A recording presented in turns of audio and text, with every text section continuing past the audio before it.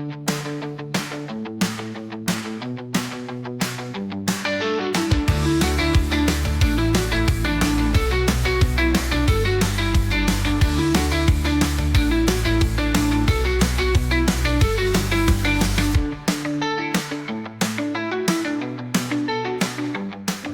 Jemaat Iktus.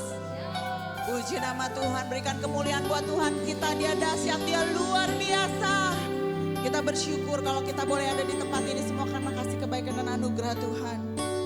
Firman Tuhan dari Mazmur 116 ayatnya 1 yang kedua mengatakan, aku mengasihi Tuhan sebab ia mendengar suaraku dan permohonanku. Sebab ia menyendengkan telinganya kepadaku, maka seumur hidupku aku akan berseru kepadanya. Mari siang hari ini kita bawa hati kita bawa penyembahan kita bawa hidup kita hanya berfokus sama Tuhan Yesus. Siapa apapun masalah kita, siapa apapun beban berat kita percaya saat kita bersandar sama Tuhan, semuanya akan Tuhan berikan jalan keluar. Siang ini kami mengatakan, Tuhan, kami bersyukur punya Engkau Allah yang hidup. Kami mau naikkan pujian kami, penyembahan kami hanya kepadamu. Haleluya. Mari angkat suaramu, naikkan pujian, katakan syukur, terima kasih Tuhan. Sembah Dia Yesus, sembah Dia Yesus.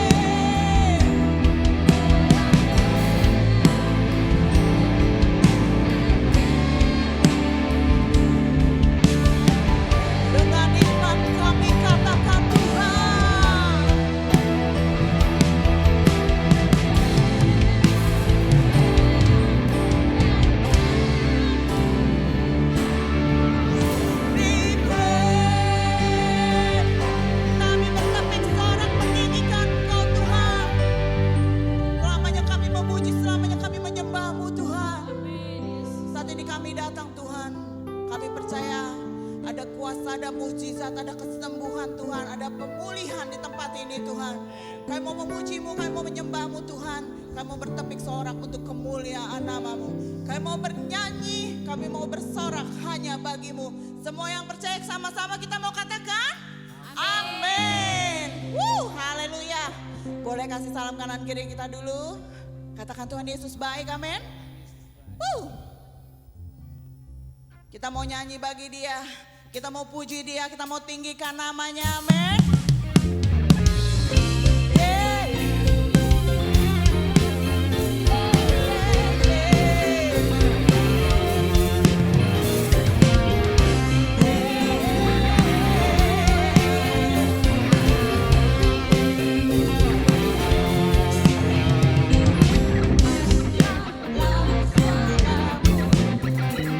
Puji dan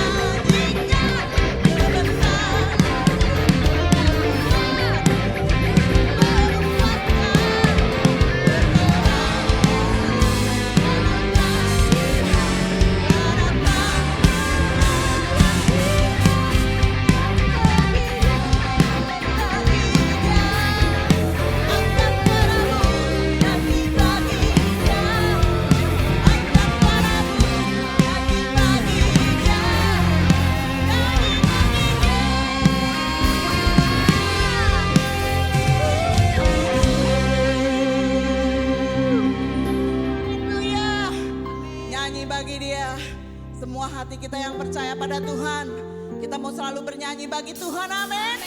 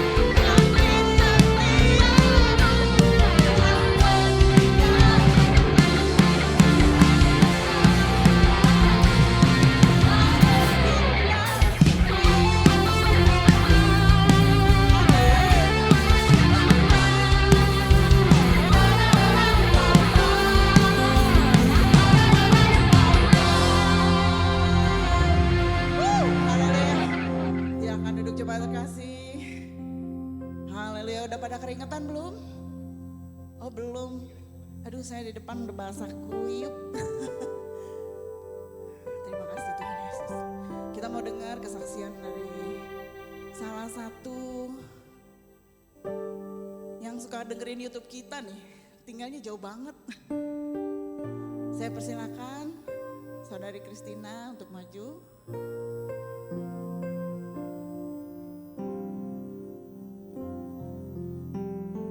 Sampai bawa buku loh saudara-saudara.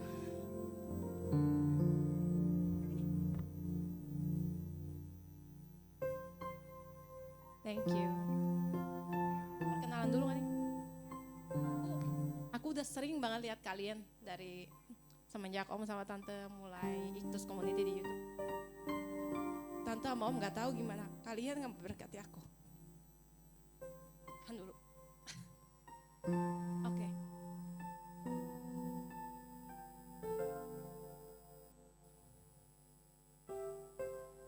Yesus sangat baik. Timingnya itu bisa pas dan aku tahu itu bukan kebetulan. Om khotbah beberapa minggu yang lalu tentang halusinasi, paradigma yang salah tentang Tuhan. Jadi aku tuh dari kecil sekolah minggu ya, ke gereja, sekolah Kristen, bukannya nggak dengar firman Tuhan. Setiap minggu ke gereja, keluarga juga Kristen, semua teman-teman aku Kristen. Tapi ternyata aku halusinasi paradigma yang salah tentang Tuhan itu 20 tahun. Kok bisa gitu loh? Aku nggak sadar saat berhalusinasi dan punya paradigma yang salah tentang Tuhan, aku tuh nggak sadar. Selama 20 tahun. Aku pikir kalau aku nggak ke gereja, karena aku tinggal di Spanyol semenjak 10 tahun yang lalu. Nah di Spanyol ini aku nggak ke gereja, baca firman juga enggak. Nyoba baca firman sesekali nggak berhasil. Doa juga nggak ada jadwal doa, nggak ada gimana ceritanya. Jadi setahun yang lalu, aku bilang 20 tahun dengan paradigma yang salah. Nah setahun yang lalu ada sesuatu yang terjadi di dunia roh. Tiba-tiba ada kehausan untuk baca firman. Aku Kristen 20 tahun, lebih bahkan. Tapi gak pernah baca Alkitab, gak pernah baca full maksudku. Gak pernah puasa, gak pernah doa rutin. Jadi tiba-tiba Tuhan kasih kehausan ini untuk baca firman dan baca Alkitab untuk 1 tahun. Aku pikir, saat itu aku belum sadar. Setelah ngobrol sama mama, sama tante, aku baru sadar ternyata ada orang-orang di sini yang doain untuk aku, untuk pemulihan aku. Doa orang-orang benar itu besar kuasanya. Nah, aku cerita paradigma aku yang salah ini apa? Aku tuh mikir kalau aku nggak berdoa, Tuhan itu nggak ada sama aku. Kalau aku nggak ke gereja, Tuhan itu nggak ada sama aku. Nggak berasa gitu, di hati nggak berasa, suaranya nggak kedengeran. Dan doa itu cuma sekedar kata-kata. Jadi kalau aku bilang aku bantu doa ya, itu cuma kata-kata kosong. Kok bisa aku punya paradigma kayak gitu, sedangkan aku dengar firman setiap hari loh. Enggak, maksudnya setiap minggu waktu aku di gereja dulu. Besar di gereja, sekolah Kristen, sekolah minggu dari 8 tahun. Kok bisa aku punya paradigma seperti ini gitu loh. Bahkan saat aku usia 15 tahun, Tuhan itu bicara sama aku dan aku dengar Tuhan sendiri yang bilang, hidupmu penuh ketakutan, maukah kau mendekat kepadaku?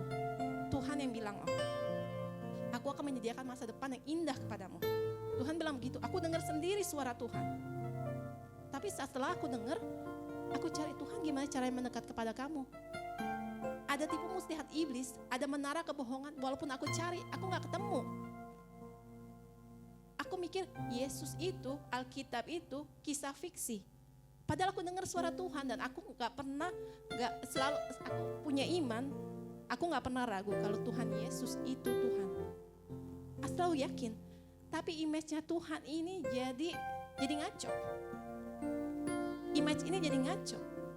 Ternyata setelah dalam setahun yang lalu saat aku bilang, Tuhan aku mau baca Alkitab. Aku jadi Kristen kok malu ya gak pernah baca Alkitab.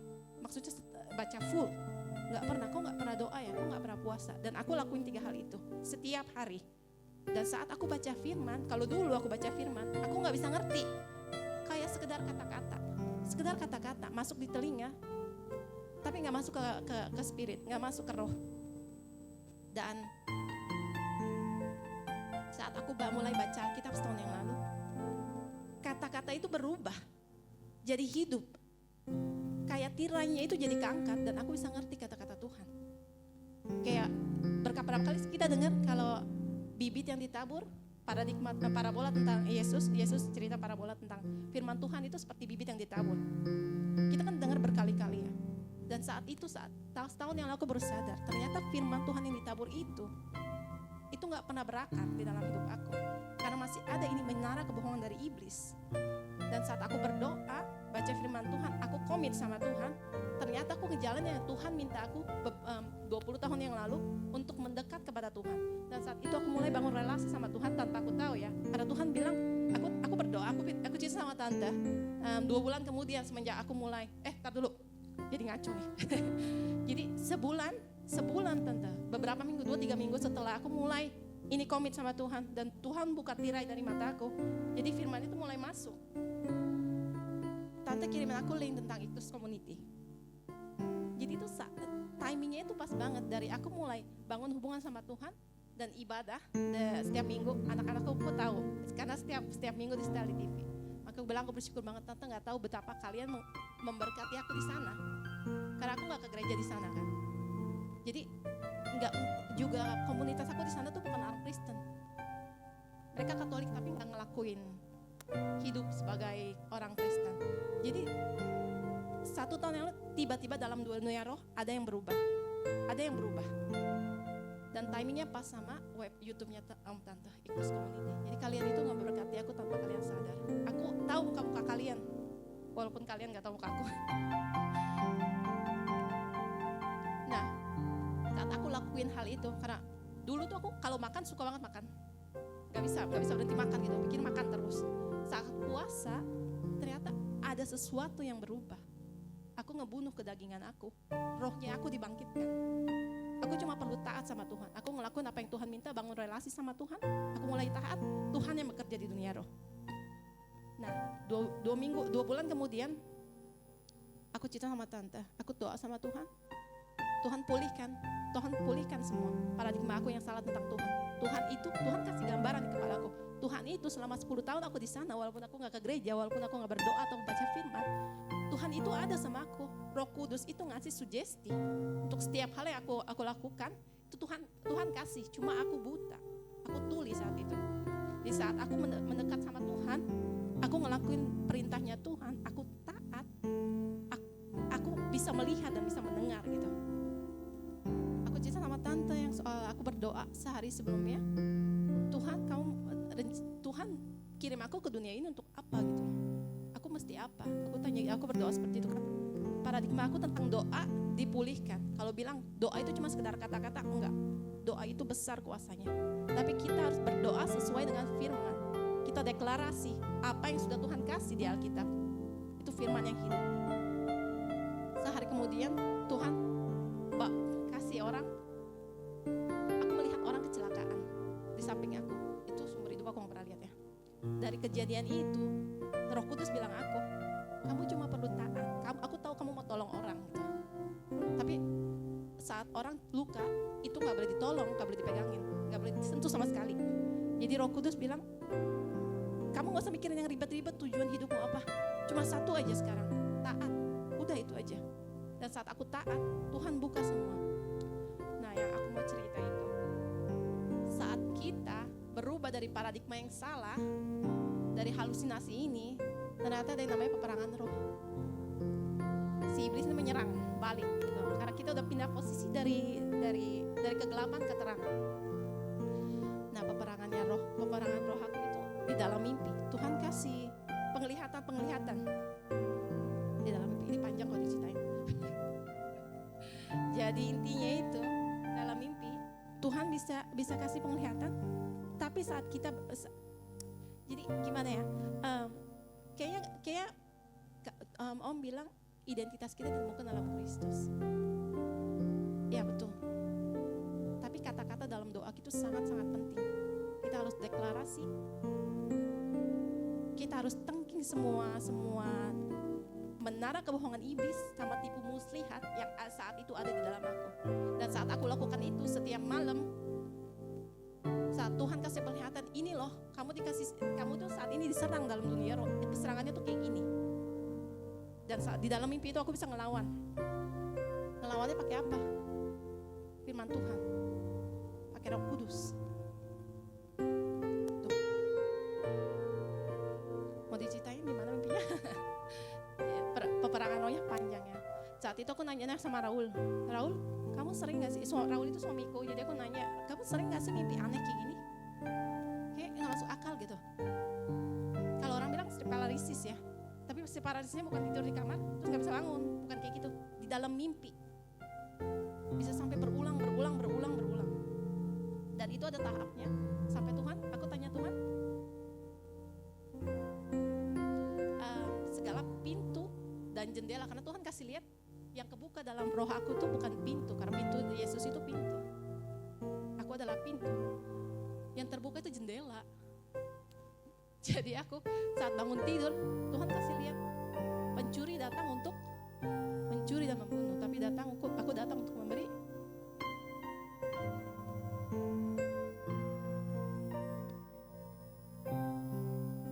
Yesus datang supaya kita mempunyai hidup dan mempunyai dalam segala kelimpahan. Dan Tuhan bilang, peperangan kita, perjuangan kita itu bukan melawan darah dan daging, itu melawan penguasa-penguasa, penghulu-penghulu, roh-roh jahat di udara. Aku pikir yang peperangan itu roh itu cuma orang rohani, pendeta. Kalau orang biasa tuh enggak gitu mikirnya. Ternyata salah. Itu kita semua itu berperang bukan melawan daging. Peperangannya di sini. Peperangannya di sini. Begitu. Dan mimpi terakhir aku dalam waktu dalam 1 tahun ini, kurun 1 tahun ini, Tuhan kasih penglihatan di mimpi. Awalnya tuh saat mimpi, kasurku tuh bergoncang. Itu tuh aku gak bisa bedain antara mimpi dan nyata. Kasurku tuh bergoncang.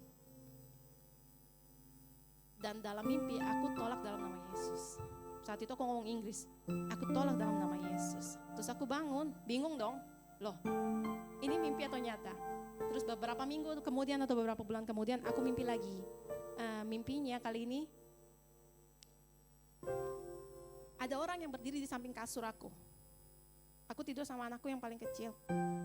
Ada orang yang ada orang yang berdiri di samping kasur aku. Dan saat itu kondisi kamar aku sama persis. Terus aku bangun, aku kaget. Hal yang pertama aku cari adalah suamiku. Aku panggil Raul, aku lari, aku cari suamiku. Aku balik, udah gak ada. Terus aku tidur lagi, bangun lagi di dalam mimpi. Ulang sampai 5 kali. Aku panggil suamiku. Terus yang kelima, setelah 5 kali kulang, suamiku datang. Dan saat kita kembali ke kamar aku, di kasurku ada 2 anakku. Ada kopinya gitu loh. Jadi di mimpi aku tahu, satu itu anakku, satu itu iblis. Ngopi. Jadi suamiku tanya, mana yang yang asli? Terus aku bilang gampang, sebut aja nama Yesus. Iblisnya pasti muncul. Dan saat Tuhan bilang awal 20 tahun yang lalu, hidupmu penuh ketakutan. Di mimpi itu aku sudah dipulihkan. Aku udah gak takut sama iblis. Aku bilang sama Raul di kenyataan, aku bilang, kalaupun dia muncul depan aku gak takut karena otoritas yang di dalam aku itu Yesus. Aku bilang kayak gitu. Jadi di dalam mimpi walaupun aku gak sadar ya, Tuhan yang kontrol. Tuhan yang kontrol dalam roh. Itu bayi iblis. Aku sebut nama Yesus, mukanya langsung berubah jadi jelek banget. Dan aku angkat, aku hancurkan sama tangan aku. Lalu mimpi yang ketiga,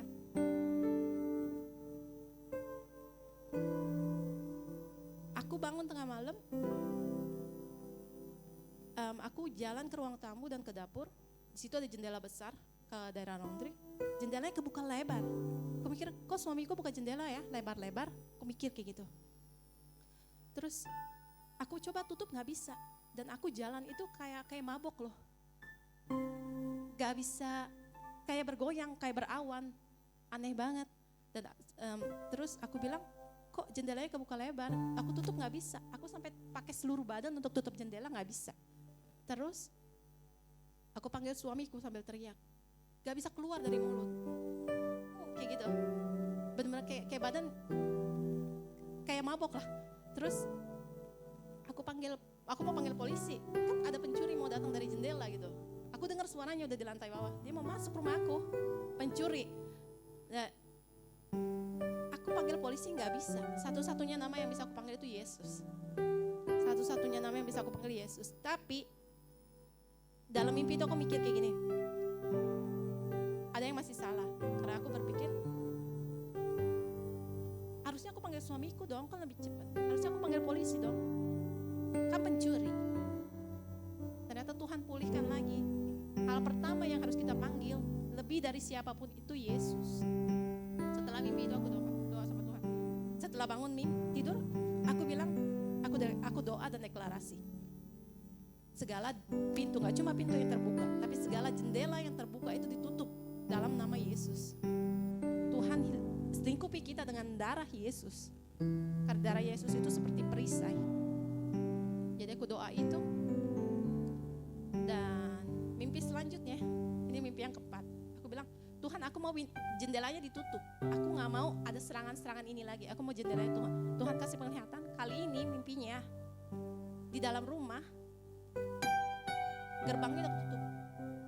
Rumah ada gerbang dan gerbangnya itu udah ketutup. Gerbangnya udah ketutup dan ada pencuri yang mau masuk, tapi gak bisa masuk karena gerbangnya ketutup. Dan pencuri ini cuma bisa bikin suara nakut-nakutin aku. Cuma gedor-gedor doang. Dan Tuhan kasih pengetahuan kalau itu tuh cuma berisik kayak singa yang mengaum-ngaum. Udah gak ada kuasanya. Kuasanya itu di kita dari Roh Kudus. Tuhan kasih mimpi itu, penutupan. Jadi Tuhan benar-benar pulihkan segala paradigma yang salah. Tapi caranya adalah kita harus berdoa. Jadi pemulihan paradigma dan halusinasi itu ada prosesnya. Gak segampang yang ke gereja udah. Orang yang merenungkan firman Taurat Tuhan siang dan malam, pokoknya seminggu sekali. Siang dan malam. Jadi saat aku lakuin itu, Yesus bilang kita harus berdoa setiap saat, bukannya cuma malam saat tidur. Setiap saat kita beraktivitas, apapun dimanapun kita. Tuhan rubah semua. Tuhan pulihkan. Tuhan kasih penglihatan dalam dunia mimpi. Dalam mimpi, kalau Tuhan itu sudah pulihkan. Serangan-serangan setan itu udah di luar, udah nggak di dalam. Jadi aku sekarang ngerti polanya itu kayak gimana. Kalau kalian ada yang mimpi, bukan sekedar mimpi, itu mungkin ada serangan. Dan aku mau bilang yang paling penting itu doa itu besar kuasanya. Sekarang saat aku berdoa, Tuhan langsung jawab. Panjang nih. Ya, saat sebelum kesini, aku beli tiket kan. Sebelum beli tiket aku doa. Sesudah aku beli tiket aku doa. Nah, saat di Spanyol itu kalau anak sekolah satu kelas sakit, nanti adiknya sakit, kakaknya ikut sakit, nanti minggu depan udah sembuh, kena lagi. Jadi pas 2 tahun yang lalu saat aku mau pulang, yang kecil itu sampai pneumonia, yang kecil pneumonia dan kita harus cancel. Aku bilang aku gak mau kali ini dan liburan aku di cancel, nanti kan ribet, mesti beli lagi tiket harganya mahal, ada perang, semuanya ribet. Jadi aku bilang, Tuhan seminggu sebelum kita pergi, anak-anak semua sehat, gak ada penyakit, bakteria, virus, apapun itu yang bisa masuk dan bikin mereka sakit. Aku tolak semua dalam nama Yesus. Dan sebulan selama aku di Jakarta, mereka juga sehat. Kenapa aku tahu Tuhan jawab doaku? Setelah seminggu sebelum aku pergi, gak ada yang sakit. Padahal itu 2 bulan sebelumnya sakit, berulang-ulang, setiap minggu ke dokter. Setiap minggu dokter, infeksi mata, infeksi telinga, tenggorokan, semua. 2 bulan bergiliran. Jadi Tuhan jawab langsung. Terus selama di sini, kita 2 minggu, anak-anak aku gak ada yang sakit. Mama papa tahu 2 tahun yang lalu ya Pak. Setiap kesini anak-anak tuh diare, pilek, itu tuh nonstop. Dan selama kita 2 minggu di sini, nggak ada satupun yang diare. Kita nggak ada. Kenapa? Karena Tuhan jawab kita doa kita. Kita cuma perlu dengar dan ganti paradigma kita. Perjuangan. Tapi ingat, Yesus itu perisainya kita, firman-Nya itu perisainya kita. Saat kita berdoa, jangan minta-minta lagi, deklarasi sesuai firman Tuhan. Udah ditulis semua. Itu kesaksian aku, semoga menolong dan membantu.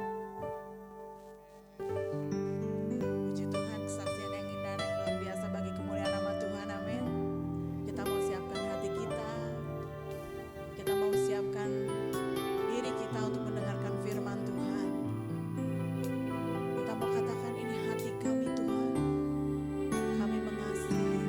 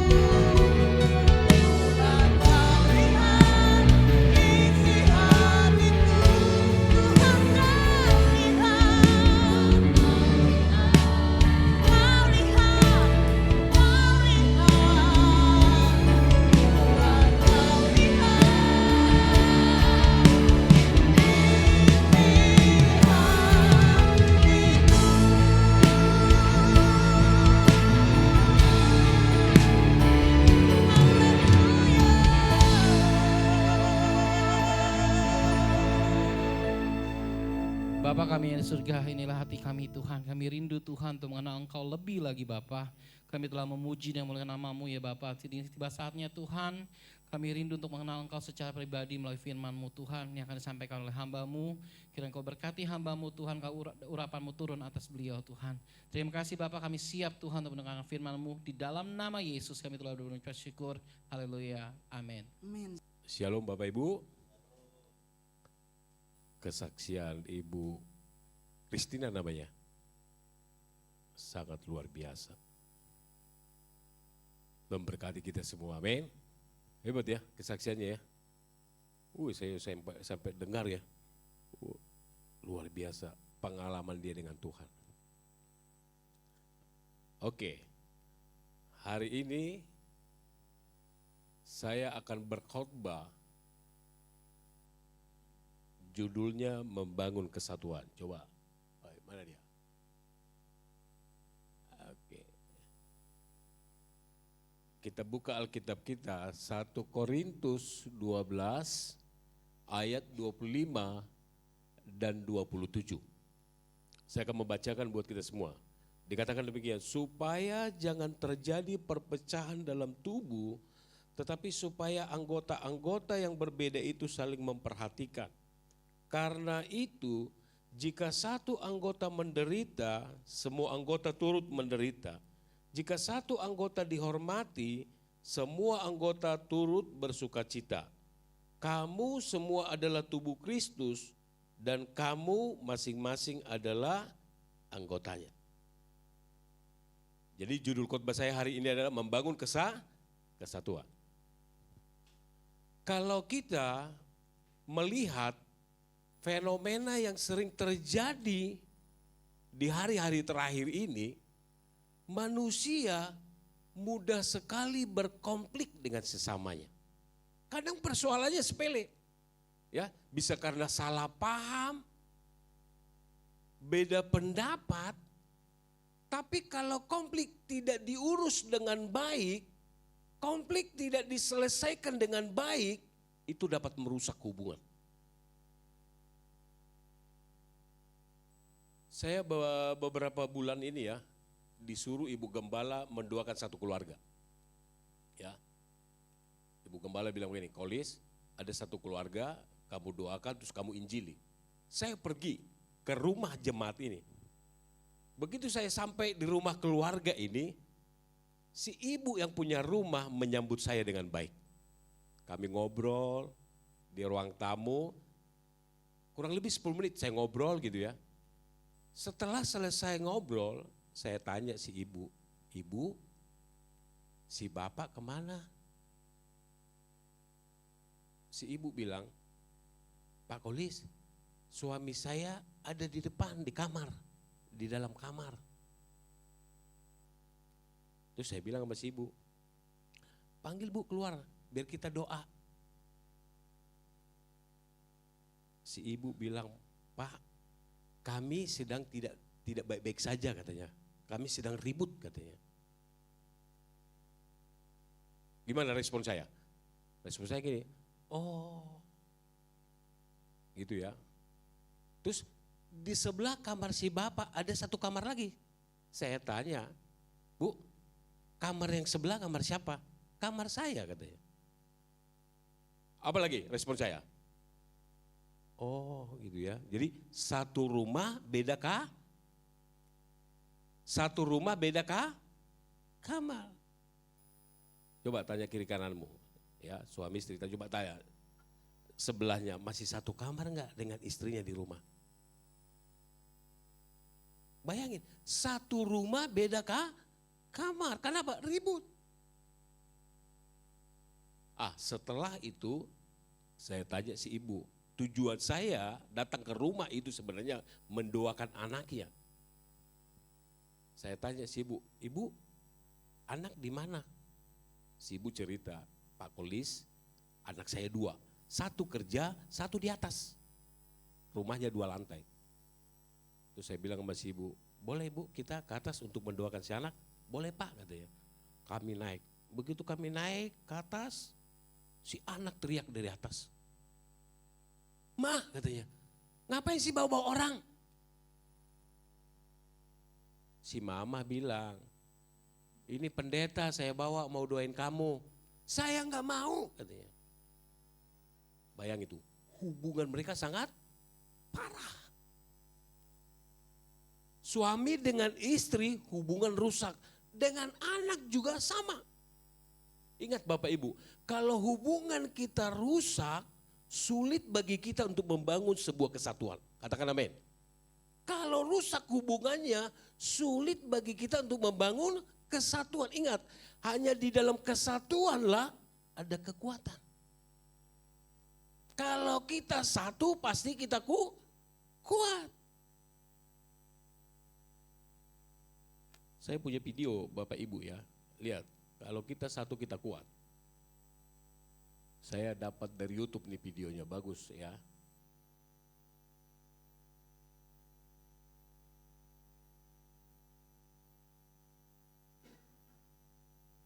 Ini coba suaranya.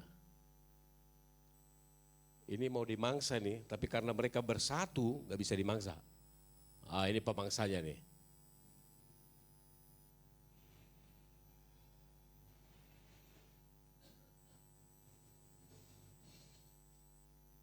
Mati pemangsanya.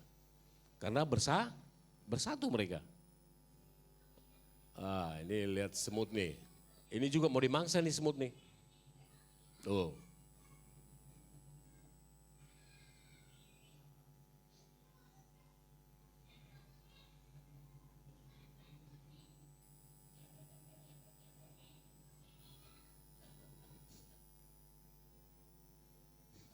Mati dia.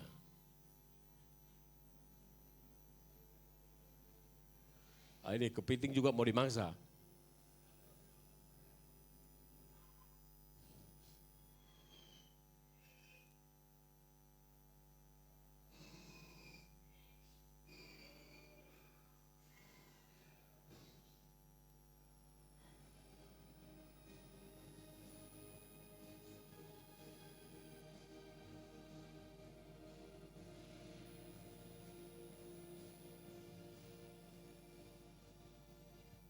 Coba perhatikan ya. Mereka sebenarnya mau dimangsa tapi tidak bisa dimangsa karena apa? Bersatu. Ingat, hanya di dalam kesatuanlah ada kekuatan. Tahukah Bapak Ibu, tidak ada pekerjaan yang tidak bisa kita selesaikan kalau kita lakukan dengan kebersamaan. Saya ulangi sekali lagi, tidak ada pekerjaan yang tidak bisa kita selesaikan kalau kita lakukan dengan kebersamaan. Coba kita lihat di dalam Lukas 5. Lukas 5 ayat 6 dan 7. Saya akan membacakan buat kita semua, dikatakan demikian. Dan setelah mereka melakukannya, mereka menangkap sejumlah besar ikan sehingga jala mereka mulai koyak. Ayat 7, lalu mereka memberi syarat kepada teman-temannya di perahu yang lain supaya mereka datang membantunya. Dan mereka itu datang, lalu mereka bersama-sama mengisi kedua perahu itu dengan ikan hingga hampir tenggelam. Latar belakang dari ayat ini di mana Simon Petrus pergi menangkap ikan, tapi dia gagal semalaman tidak mendapat apa-apa. Setelah berjumpa dengan Yesus, Simon taat melakukan apa yang dikatakan Yesus. Sehingga Simon menangkap sejumlah besar ikan.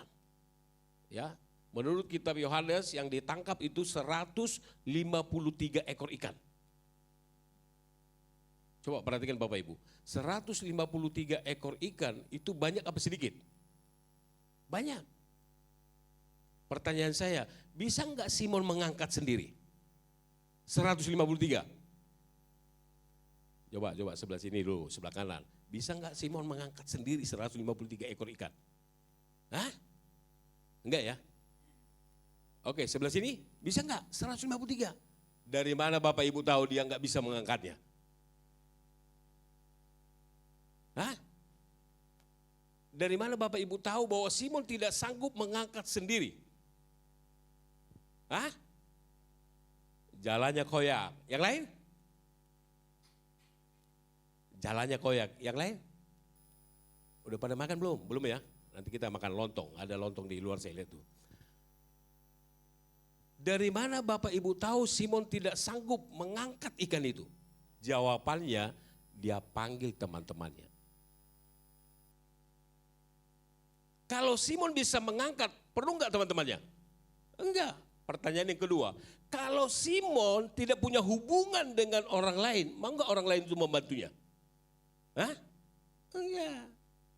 Kenapa orang lain mau membantunya? Karena Simon punya hubungan yang baik dengan mereka. Itu sebabnya mereka datang untuk membantunya.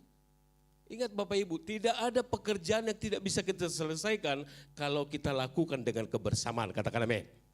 Iya, kita akan sanggup menyelesaikan proyek yang besar kalau kita bersatu Bapak Ibu. Ya, hari ini kita akan belajar ya, apa langkah yang harus kita perbuat supaya kita bisa membangun sebuah kesatuan. Hari ini sebenarnya ada 3 poin ya, tapi karena waktu nanti kita mungkin di 2 poin aja ya. Sebenarnya ada 3 poin yang perlu kita bahas, tapi hari ini kita 2 poin saja. Jadi poin yang pertama, langkah yang pertama supaya kita dapat membangun kesatuan, langkah yang pertama adalah di ayat yang ke-25. Saya akan membacakan di ayat yang ke-25. Dikatakan demikian di ayat yang ke-25. Ini langkah yang pertama supaya kita bisa membangun kesatuan. Dikatakan demikian, supaya jangan terjadi perpecahan dalam tubuh, tetapi supaya anggota-anggota yang berbeda itu saling memperhatikan. Jadi langkah yang pertama supaya kita dapat membangun sebuah kesatuan adalah kita harus saling memperhatikan. Itu langkah yang pertama. Ya. Kota Korintus Bapak Ibu adalah kota pelabuhan. Jadi budaya individualis atau kompetisi sangat kental di Korintus. Jadi kalau ada jemaat nih datang beribadah, mereka pulang ketemu temannya jatuh atau kecelakaan, tidak akan ditolong. Kenapa? Memang budayanya seperti itu. Nggak peduli dengan orang lain, sekalipun itu sesama jemaat. Itu sebabnya Paulus untuk melawan budaya ini, Paulus memakai gambar tubuh manusia. Paulus berkata demikian, di dalam tubuh kita ada tangan, ada kaki, ada mata. Berbeda-beda tapi mereka saling membutuhkan, saling memperhatikan. Tangan butuh kaki, kaki juga butuh tangan. Saling memperhatikan. Ingat, hubungan hanya dapat kita bangun kalau semua kita di tempat ini saling memperhatikan.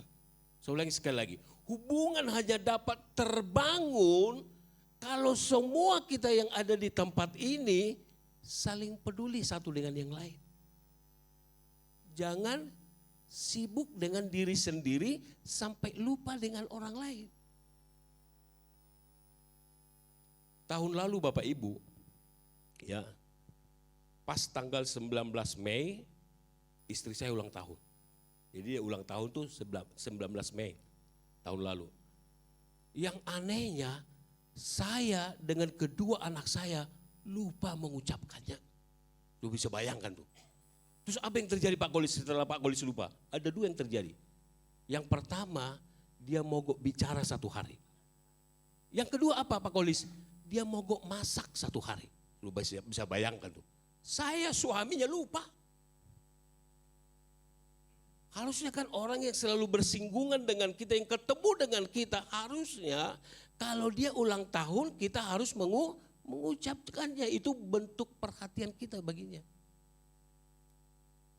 Coba sebelah sini. Ibu-ibu, si suami masih ngucapin selamat ulang tahun enggak buat ibu-ibu? Masih ya? Yang lain bilang sama kayak Pak Kolis, enggak katanya. Bayangin lupa. Tahun ini nih, gimana caranya ya supaya saya ingat, saya pikir ya. Soalnya kalau saya di rumah jam 8, jam 9 udah tidur. Budaya kami dengan istri, kalau ulang tahun nggak boleh besokannya ngucapin, mesti malam itu. Itu budaya kita tuh. Kalau besokannya kata istri saya udah basi katanya. Pas tanggal 18 tahun ini, saya setelin alarm handphone saya. Setel, takut lupa. Kalau lupa kan gak dapat makan besokannya kan. Karena gak masak dia. Saya setel, setelah saya setel, anak saya 2 bilang begini sama saya. Pak, kami mau makan keluar ya. Ya udah, gak apa-apa. Udah saya tidur, jam 9 saya tidur. Saya nggak tahu istri saya jam berapa dia tidur. Saya tidur, begitu alarm bunyi, saya cepat-cepat bangun. Saya cepat-cepat bangun. Saya bangun, dia masih tidur. Saya panggil, Ma, apaan sih katanya? Ma, dia masih bilang apaan? Tuh saya langsung peluk, selamat ulang tahun sayang ya. Anak saya 2 udah datang naik tangga, udah bawa kue, bayangin tuh udah jam 12 lewat gitu, udah bawa kue, terus bikin lilin, dibakar lilinnya, terus nggak tahu bawa apa lagi. Terus masuk ke kamar, diketok kamar, saya buka, istri saya senang banget dia, senang dia. Dan bukan hanya itu, anak saya bukan hanya kue yang dia beli tas. Dia beli tas, terus saya tanya sama si anak saya namanya Mima, Mima beli tas dari mana? Kok bisa beli tas? Si Mima bilang, anak saya bilang begini, Pak, saya pernah lihat Mama ke Citraland, dia pegang tas itu, tapi nggak beli. Nah, ini mungkin dia kasih kode kali buat anak, ya kalau ulang tahun beli ini gitu ya. Jadi saya lihat Mama pegang tapi nggak beli. Akhirnya kami beliin katanya. Senang dia. Yang ketiga, bukan hanya kue yang dibeli, bukan hanya tas. Anak saya beli baju. Beli baju, sudah bisa bayangkan tuh, udah hampir jam 1 masih dicobain bajunya. Begitu dicobain dia muter-muter, kayak film India tuh. Dia senang, saya ngantuk sebenarnya. Ya, bayangin jam 1. Dia putar di kaca gitu, dia pakai, senang dia. Ya. Jadi ingat Bapak Ibu, supaya kita bisa bersatu, kita harus saling memperhatikan, katakan amin. Kita mesti peduli satu dengan yang lain, jangan cuek. Kalau kita belajar mengenai jemaat mula-mula Bapak Ibu, coba kita lihat di dalam Kisah Para Rasul 2, ayat 44 dan 45. Kenapa jemaat ini dahsyat hidupnya? Dikatakan demikian, dan semua orang yang telah menjadi percaya tetap bersatu, dan segala kepunyaan mereka adalah kepunyaan bersama, dan selalu ada dari mereka yang menjual harta miliknya lalu membagi-bagikannya kepada semua orang sesuai dengan keperluan masing-masing. Kenapa jemaat mula-mula ini jemaat yang hebat? Ya, bahkan mereka disegani banyak orang, Tuhan menambahkan bilangan orang percaya kepada mereka. Kenapa jemaat ini luar biasa? Karena jemaat ini saling memperhatikan. Selalu ada mereka menjual harta bendanya untuk apa? Untuk dibagi-bagikan. Mereka peduli Bapak Ibu. Ingat, kita tidak bisa membangun kesatuan kalau kita tidak saling memperhatikan. Amin Bapak Ibu? Iya. Ada orang bilang begini, Pak Kulis, saya beda Pak. Beda apanya? Saya pahamnya katanya, saya pahamnya SDM. Apa itu SDM? Yang kita tahu kan sumber daya manusia kan? Bukan Pak, terus apa SDM? Selamatkan diri masing-masing katanya. Jadi maksudnya nggak mau tahu dengan orang lain kan? Yang terjadi di gereja sekarang kan seperti itu kan? Nggak peduli dia. Cuek orangnya. Itu sebabnya sulit kita membangun kesatuan kalau tidak ada perhatian dari antara kita Bapak Ibu. Itu yang pertama. Yang kedua, ya. Apalagi langkah yang kedua supaya kita bisa membangun kesatuan. Langkah yang kedua di ayat yang ke-26. Ya, ini langkah yang kedua di ayat 26. Saya akan membacakan buat kita semua, dikatakan demikian. Karena itu jika satu anggota menderita, semua anggota turut menderita. Jika satu anggota dihormati, semua anggota turut bersukacita. Jadi langkah yang kedua supaya kita bisa membangun kesatuan adalah kita harus turut merasakan. Itu yang kedua. Ya, kata turut di sini Bapak Ibu dalam bahasa aslinya dikatakan sumpasko yang artinya menderita bersama. Ya. Contohnya Bapak Ibu ya. Kalau jempol kaki kita kepentok,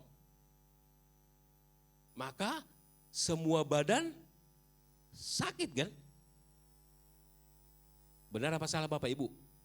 Kalau jempol kaki kita ini kepentok, ikut nggak tangan sakit? Seluruh badan sakit. Itu yang dikatakan turut merasakan. Jadi harusnya gini, satu jemaat yang sakit, satu gereja harus turut mendoakan. Satu anggota tubuh kita sakit, semua tubuh sakit. Jadi kita harus turut merasakan. Satu yang susah, semua kita turut ikut merasakannya. Itu kata turut merasakan di sana Bapak Ibu. Jadi kita harus, dia sakit, kita juga ikut merasakannya. Ya. Kalau kita lihat kisah Yesus Bapak Ibu, waktu Lazarus meninggal, Yesus datang ke kubur. Apa yang pertama kali Yesus lakukan di kubur? Melakukan mujizat apa Yesus menangis? Hah?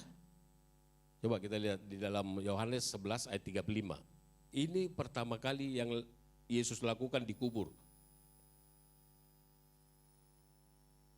Apa katakan dia 35?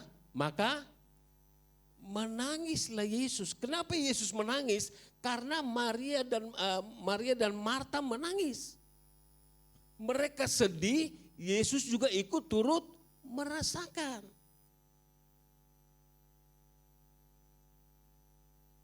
Kelemahan terbesar kita di dalam gereja, kalau ada orang yang susah, malah kita kasih khotbah. Sebenarnya bukan itu kebutuhan mereka, enggak. Kan sering kan kalau ada orang susah kita bilang begini, ya karena kamu kurang berdoa, karena kamu enggak kasih perpuluhan. Itu kita menghakimi itu. Paulus tidak menasihatkan kita untuk seperti itu, enggak. Kalau ada orang susah, kita harus turut merasakan apa yang mereka rasakan. Jangan dikasih khotbah, bahkan jangan dihakimi. Saya paling enggak setuju Bapak Ibu ya kalau ada orang sakit, ada orang bilang begini, itu karena dosamu, itu karena kamu enggak rajin ibadah. Kalau saya digituin Bapak Ibu, saya malah tambah bengek gitu ya, bukan sehat. Malah tambah bengek saya. Ya. Jadi Paulus menasehatkan kita, kita harus turut merasakan apa yang mereka rasakan. Amin Bapak Ibu? Iya. Jadi kalau ada yang susah di antara kita harus turut merasakan apa yang mereka rasakan. Bantulah mereka, peduli dengan mereka. Baru di ayat yang ke 26b Bapak Ibu, ya. Dikatakan di sana 26b.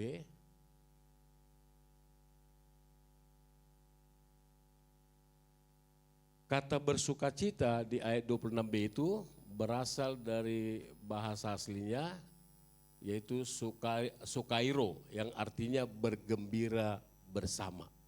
Ya. Bergembira bersama. Contohnya nih kalau kita nonton sepak bola Bapak Ibu. Tim favorit kita mencetak gol. Mereka senang kan? Coba kita yang nonton ikut senang gak? Senang. Mereka lompat, bahkan saya pernah lihat ya, ada orang sampai nonjok tembok dia. Karena senang. Itu yang dikatakan kita harus bergembira bersama. Jadi kalau ada di antara kita naik pangkat, diberkati Tuhan, mereka senang, kita juga ikut ikut senang. Yang sering terjadi, ini yang sering kita lakukan nih. Tetangga kita beli mobil baru, kitanya malah panas dingin. Sering nggak Bapak Ibu mengalami seperti itu? Sering kan? Kayaknya kita nggak senang kalau orang senang gitu ya. Tetangga bangun rumah, kitanya panas dingin. Harusnya enggak. Kalau mereka diberkati Tuhan, kita harus ikut turut senang. Saya berdoa buat Bapak Ibu supaya Bapak Ibu diberkati Tuhan semua. Amin. Apa keuntungannya buat Pak Kolis? Kalau Bapak Ibu diberkati Tuhan, saya juga kecipratan berkatnya. Saya juga ikut senang. Ya, jadi kalau ada di antara kita diberkati Tuhan, kita harus kasih jempol kita gini. Amin Bapak Ibu? Iya. Kita senang, mereka senang. Kalau mereka susah juga kita ikut susah. Ada satu anak ya di dalam Alkitab, ketika papanya senang, dia malah nggak senang. Ini mengenai kisah anak yang hilang. Ya, jadi waktu anak yang hilang ini pulang ke rumah papanya senang. Karena memang sekian tahun ditunggu ini anak pulang. Begitu pulang, dipestain. Tapi ada satu yang gak senang. Siapa yang gak senang itu? Abangnya gak senang. Papanya senang, abangnya gak senang. Harusnya si abang senang dong. Adanya udah pulang, dipestain. Harusnya si Koko juga ikut senang. Ini enggak.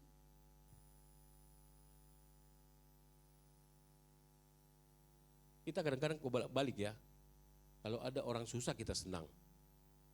Ada orang senang kita susah, kebalik-balik kitanya. Susah melihat orang senang, senang melihat orang susah. Sama seperti si Koko ini. Dia ngambek dia, protes dia sama bapaknya. Kenapa dipestain anak seperti itu katanya. Jadi mulai hari ini Bapak Ibu ya, kalau ada orang diberkati naik pangkat, mereka senang, kita juga harus turut ikut senang. Oke. Kesimpulan khotbah saya, hanya 2 langkah kita pelajari hari ini. Ya, untuk membangun sebuah kesatuan, 2 langkah yang harus kita lakukan. Yang pertama kita harus saling memperhatikan, langkah yang kedua kita harus turut merasakan. Tuhan Yesus memberkati kita semua, sebelum kita semua bangkit berdiri, kita angkat pujian kita, satukan kami.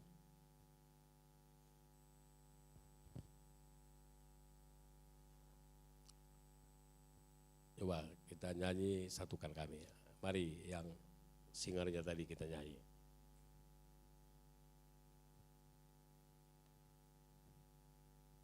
Kalau kita ingin membangun kesatuan Bapak Ibu, kita harus saling memperhatikan. Kita harus peduli satu dengan yang lain. Budaya cuek harus kita buang dalam hidup kita.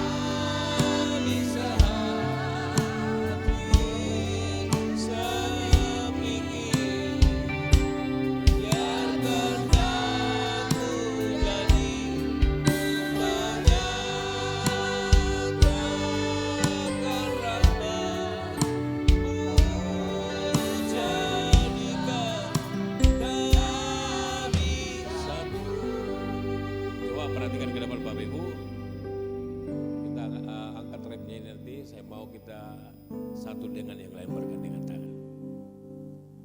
Kita harus tunjukkan kesatuan kita satu dengan yang lain. Coba mari kita bergandengan tangan. Kita angkat remnya aja.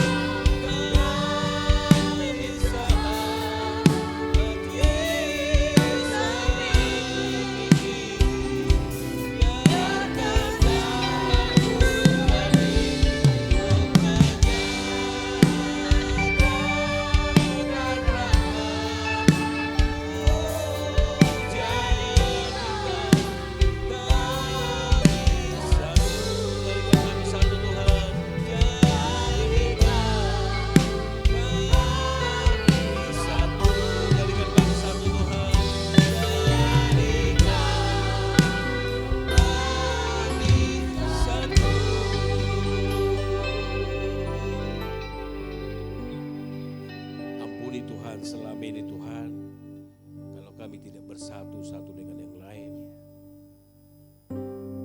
karena kami tahu Tuhan ketika kami bersatu, di sanalah kami mendapatkan kekuatan Tuhan. Itu sebabnya berikan kami Tuhan kerendahan hati, supaya kami bisa merangkul satu dengan yang lain Tuhan, peduli satu dengan yang lain Tuhan. Biar budaya cuek kami buang dalam hidup kami Tuhan. Kami tahu Tuhan tidak ada pekerjaan yang tidak bisa kami lakukan kalau kami lakukan dengan kebersamaan Tuhan. Kami akan melakukan proyek yang besar kalau kami bersatu Tuhan. Kami akan menuntaskan pekerjaan yang besar kalau kami bersatu Tuhan. Makasih Bapa di surga, biar firman-Mu tertanam dalam hidup kami Tuhan. Dan kami lakukan tiap hari dalam hidup kami. Biar kesatuan itu ada di dalam gereja di tempat ini Tuhan, satu dengan yang lain. Sehingga gereja ini Tuhan, bisa Tuhan membawa banyak jiwa datang kepada Tuhan. Menjadi kemuliaan bagi nama Tuhan. Makasih Bapa di surga, dalam nama Yesus kami berdoa. Amin. Silakan saudara kasih dalam Tuhan. Terima kasih pada hambanya dalam menyampaikan firman Tuhan. Saya persilakan Bapak Agus.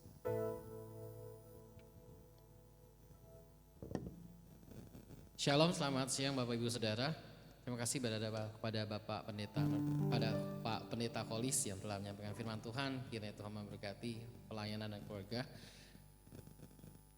Kami atas nama Iktus Community menyambut Bapak Ibu Saudara yang pertama kali baru datang beribadah bersama kami. Selamat datang dan kami rindu untuk kembali datang beribadah bersama kami di ibadah selanjutnya. Untuk ibadah minggu depan tanggal 12 Juli 2026 akan dilayani oleh Bapak Pendeta Stephen Filipus dan juga disertai oleh perjamuan kudus. Jadi pada Bapak Ibu untuk dapat hadir ya pada tanggal 12 Juli nanti ya Bapak dilayani oleh Bapak Pendeta Stephen Filipus. Dan juga Bapak Ibu Saudara memberitahukan bahwasanya untuk rencana kita untuk acara Desember Natal bersama Iktus Community, saya akan mengirimkan link ya untuk kita akan coba cari untuk destinasi ya, kita akan kirimkan link untuk kuesioner. Jadi mohon bantuannya kepada Bapak Ibu Saudara yang ada di grup WhatsApp Iktus Community Baipun Iktus Community dan keluarga Upin Ipin ya untuk dapat mengisi ya kuesionernya. Oke? Upin dan Ipin maskot kita soalnya di Iktus. Yang satu di belakang. Oke Bapak Ibu, itu aja yang bisa saya sampaikan. Saya kembalikan kepada Bapak Gembala.